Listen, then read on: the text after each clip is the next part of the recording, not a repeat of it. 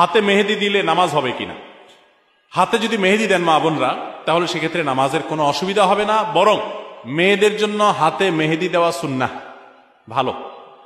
নবী করিম সাল্লাল্লাহু আলাইহি সাল্লাম কোন এক নারী কিছু একটা দিয়েছেন পর্দার আড়াল থেকে হাত দিয়ে বা কোনোভাবে, তো নবী সাল্লাল্লাহু আলাইহি সাল্লাম মহিলাদের ওই দিক থেকে দেওয়া হয়েছে কিন্তু হাতে মেহেদি নাই, এটা দেখে তিনি আশ্চর্য হয়েছেন যে কোনো পুরুষ নাকি সেখানে, মানে পুরুষের হাত আসলো কোত্থেকে।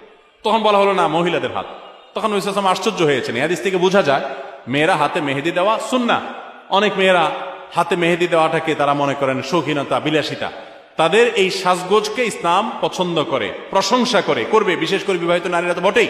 বিধায় মেহেদি ব্যবহার করলে অজু হবে, কোনো অসুবিধা নাই, নামাজও হবে। এমনকি আর্টিফিশিয়াল মেহেদি যেগুলো বাজারে পাওয়া যায়, টিউব মেহেদি বলা হয়, এগুলো দিলেও অজু হবে।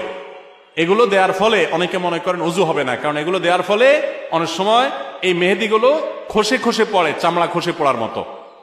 তো এটা আসলে চামড়া খসে পড়া না, এটা চামড়ার উপর আলাদা কোনো আবরণ বা স্তর সৃষ্টি করে না, বরং এক ধরনের কেমিক্যাল থাকে অ্যাসিডের মতো,